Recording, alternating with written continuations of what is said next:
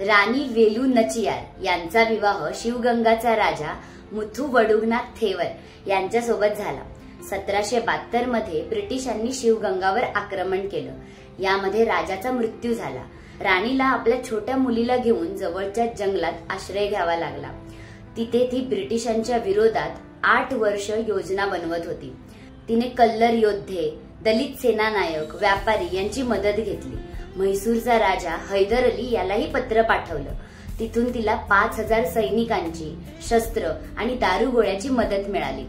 त्यानंतर ब्रिटिशांशी जे युद्ध झालं त्यामध्ये इतिहासानेही एक धाडसी आणि आत्मघाती योद्धा पाहिली।